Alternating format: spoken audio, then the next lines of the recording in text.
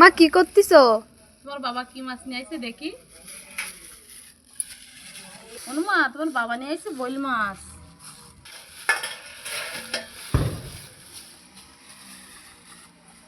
বইল মাছটা অনেক বড় ছিল আর বইল মাছটা কি সুন্দর টাটকা। হ্যালো বন্ধুরা, তো এখন আমি বইল মাছের রসা বানাবো, তার জন্য বইল মাছ নিচে যে আর বইল মাছগুলো দেখো কি সুন্দর পিস বানাই নিয়েছে। বইল মাছগুলো না আমার হাতের মতন চওড়া বড় বড়। আমি ধুয়ে পরিষ্কার করে নিছি। দিয়ে দেবো হলদি, দিয়ে দেবো ঝালের গুঁড়ো, দিয়ে দেবো লবণ। মাছটা আমি হাত দিয়ে ভালো করে মিশিয়ে নেব। মাছটা আমি মাখাই নিচ্ছি, এখন 10 মিনিটের জন্য ঢাকা দিয়ে নেবো। এখন দিয়ে দেবো মাছ।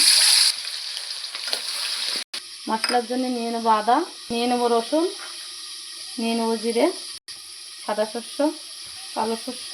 মশলাটা গ্রাইন্ডার করে নেবো। তো মাছগুলো আমার ভাজা হয়ে গেছে, মাছগুলো আমি মিশিয়ে নেবো।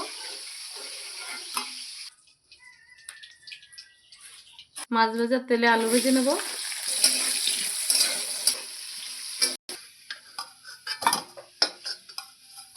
দিয়ে দেবো তেজপাতা, শুকনো ঝাল, দিয়ে দেবো জিরে, দিয়ে দেবো গ্রাইন্ডার করা মশলা,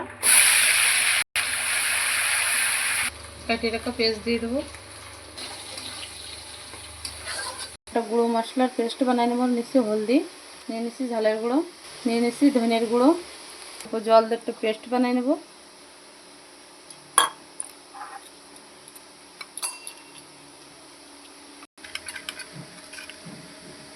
দিয়ে দেবো লবণ। আমার মশলাটা অনেক সুন্দর ভাজা হয়ে গেছে, তেল ছেড়ে দিয়েছে। এখন বানানো মশলাটা দিয়ে দেবো।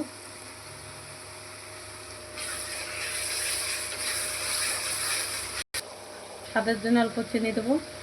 দিয়ে দেবো ভেজে রাখা আলু,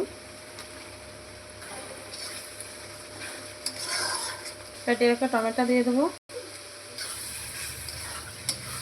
মশলা ভাজা হয়ে গেছে, এখন দিয়ে দেবো গরম জল, দিয়ে দেবো।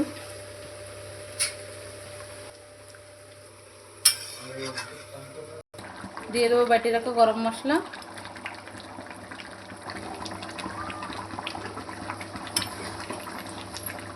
দিয়ে দেবো ধনে পাতা, দিয়ে দেবো অল্প একটু ঘি। তো বন্ধুরা, আমার তরকারিটা হয়ে গেছে, এখন ঢালিয়ে নেবো।